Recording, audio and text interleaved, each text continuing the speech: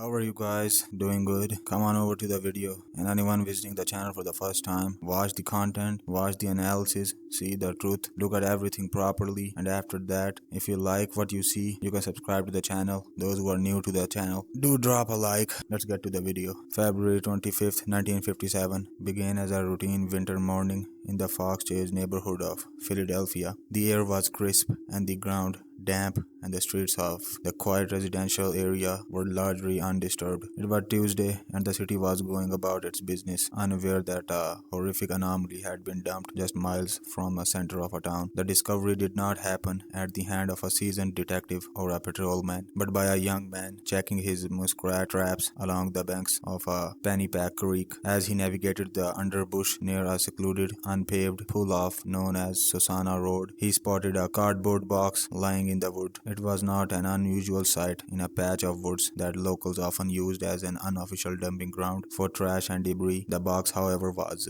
placed with a strange deliberation. It was tucked away from the main road, hidden by overgrown wild plant and brush. The hunter approached, expecting to find discarded garbage or perhaps an empty container left by a careless passerby. Instead, he found the body of a small child. The boy was curled inside a cardboard box that had originally been used to ship a bassinet from Penney. He was naked, wrapped only in a thin flannel blanket. His small frame, bruised and scarred, was unnaturally still. The hunter ran to the nearest home, breathless and panicked, and the quiet of Fox Chase shattered. Within minutes, the isolated stretch of Susquehanna Road filled with police cars, sirens wailing against the silence of the woods. Officers arrived to find a scene that defied the logic of the era. There was no footprints leading to or from the box, no tire tracks in the mud, and no witnesses who had seen a car stop on the road. It was as if the child had materialized out of a thin air, placed there to be forgotten. The visual evidence of the scene was grim and specific. The boy appeared to be in between 4 and 6 years old, but his size suggested severe neglect. His ribs visible through his pale skin, a clear indicator of prolonged malnutrition. His body was map of a trauma, fresh bruises mingled with older yellow scars, and his arms and legs bore the marks of repeated abuse. Perhaps the most disturbing detail was his hair. It had been cut roughly, crudely, and recently. Clumps of dark hair were scattered inside the box, suggesting that someone had hacked at his head with scissors or a razor in a hurried attempt to obscure his identity before discarding him. He had been abandoned with nothing else, no toys, no clothes, no personal effects. He was nameless, faceless, and entirely alone. The detectives on the scene immediately realized that they were not just looking at a tragedy, but a mystery of profound depth. In a city of millions, how could a child this young simply vanish without a single person reporting him missing? The investigation began with a singular, suffocating question: who was this boy? The police canvassed the area with intensity. They knocked on doors, interviewed residents of the nearby farmhouses, and questioned anyone who might have traveled the lonely road that week. The community of Fox Chase was tight-knit, a place where strangers stood out and neighbors knew one another's business. The idea that a child could be murdered and dumped in their backyard without anyone seeing a vehicle or hearing a struggle was terrifying to the locals. The fear was palpable, but the leads were non-existent. As the days passed, the police department mobilized its resources. They distributed thousands of flyers and posters featuring a sketch of a boy's face. The image circulated in newspapers, on television, and in hospitals, orphanages, and missing persons bureaus across the country. They expected, perhaps naively, that a mother or father would step forward, a grandparent would call, or a teacher would recognize the face. They expected the silence to break. It did not. The absence of a missing person report was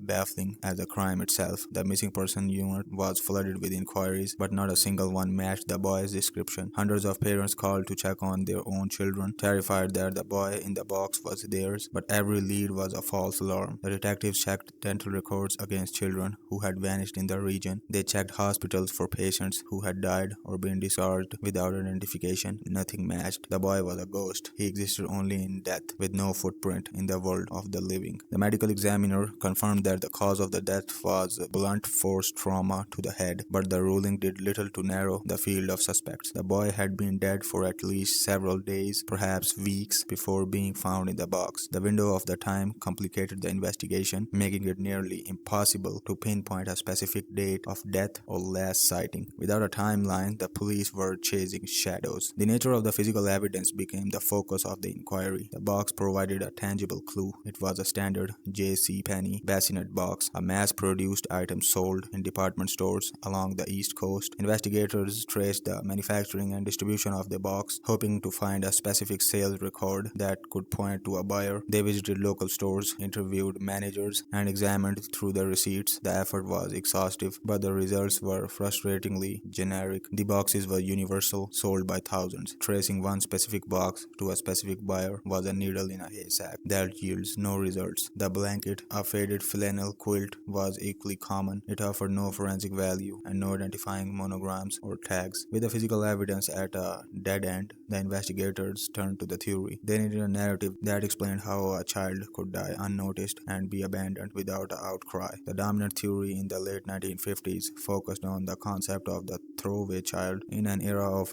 rigid social mores and intense pressure to maintain appearances, the existence of illegitimate child was a source of deep shame. Detectives speculated that the boy might have been the product of an affair, hidden away by a family desperate to avoid a scandal. In this scenario, the child was kept in secret, perhaps neglected and abused in a basement or an attic until he died. The family, driven by fear and panic, then disposed of the body in the remote area, severing all ties to the crime. This theory fit the lack of missing person report. If the child had officially existed in the public sphere, if he had never been enrolled in a school, never seen by a doctor, never registered with a government agency, then this disappearance would go unnoticed. It was a chilling prospect, but one that offered a logical explanation for the silence surrounding the case. The crude haircut supported this. It was an attempt to strip the child of his appearance before he was dumped, making him harder to identify even post-mortem. Another line of inquiry pointed towards the institutional failure of the time. The 1950s were a difficult era for orphanages and foster care systems. Many institutions were overcrowded, underfunded, and poorly regulated. Investigators explored the possibility that the boy was a ward of the state, perhaps taken from an orphanage by a foster family or an abusive employee and subsequently killed. They pored over records from local Catholic charities and state-run homes, looking for a boy who had been signed out or lost in the paperwork. While the system was chaotic, no record of the missing boy matching his description was ever found. Darker theories involving organized crime and human trafficking also circulated. Philadelphia in the 1950s had a robust organized crime presence, and illegal adoption rings were known to the city, though they are rarely discussed. But in reality, there are some cases found in the city. Some investigators wondered if the boy had been stolen or purchased, only to become a liability when he died or became too difficult to manage. However, there was no evidence to link the boy to any specific criminal network, and the brutality of his death seems more personal than a professional hit. The lack of suspects forced the police to rely on the public, and public remained silent. The case captivated the media. Newspapers dubbed him as a boy in the box, the moniker that stuck for decades. The story was a gruesome fixture in the headlines, a nightly news segment that horrified parents and terrified children. The image of a boy's reconstructed face, a hunting visage, that sad eyes and bruised forehead became a symbol of the city's failure to protect its most vulnerable. As the months turned into years, the leads dried up. The initial shock faded, replaced by a cold, unresolved frustration. The detectives on the case refused to let it die, but they were fighting against the limitation of the time. There was no DNA testing in 1957, as we all know. There was no national databases of missing children. The tools of forensic science were rudimentary. Fingerprints, dental records, and eyewitnesses are the only things that kept the case that the police are relying on. Without a match in the physical files, the case was destined to become a cold case. The file moved from the active desks of homicide detectives to the archives, where it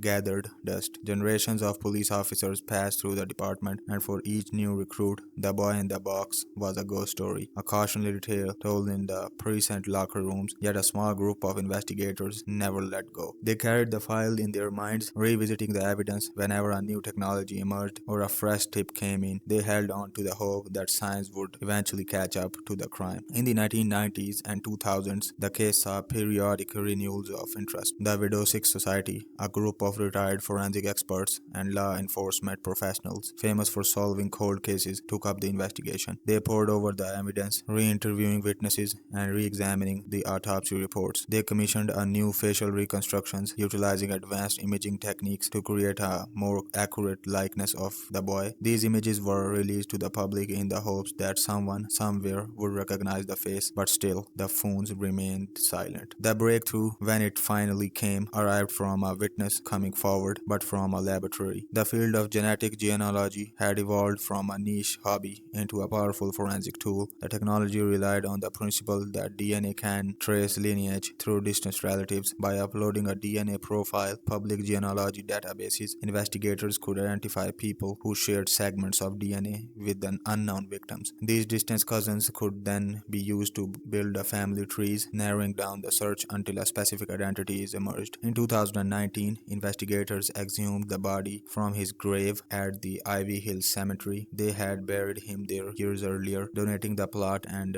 headstone that read, "Heavenly Little Child, known but to God." It was a noble gesture, but the investigators needed more than a prayer. They needed his genetic code. They extracted the DNA from his remains and began the painstaking process of analysis. It was a long shot. The DNA was old and degraded, preserved imperfectly for over 6 decades. The initial results were promising enough to warrant a deeper dive. A genetic profile was constructed and uploaded to GEDmatch, a public database used by genealogy enthusiasts. The search began. Genealogists and forensic experts combined through thousands of family trees, looking for connections that linked back to Philadelphia family in the early 1950s. The work was tedious, a complex puzzle that required verifying birth certificates, marriage licenses, and death records. They traced lines of descent, looking for a branch of family tree that held a missing boy born around 1953. The investigation moved slowly, hampered by the complexity of the lineage and the need for absolute certainty. They were not just looking for a name, they were looking for a story that explained how a child with a family ended up in a box on Susquehanna Road. The genetic trail eventually led them to a prominent family in Delaware County, just outside Philadelphia. The DNA pointed directly to a specific set of parents. By late 2022, the pieces had fallen into pieces. The identification was definitive. The boy, who had lain nameless for 65 years, was Joseph Augustus Zarelli. He was born on January 13,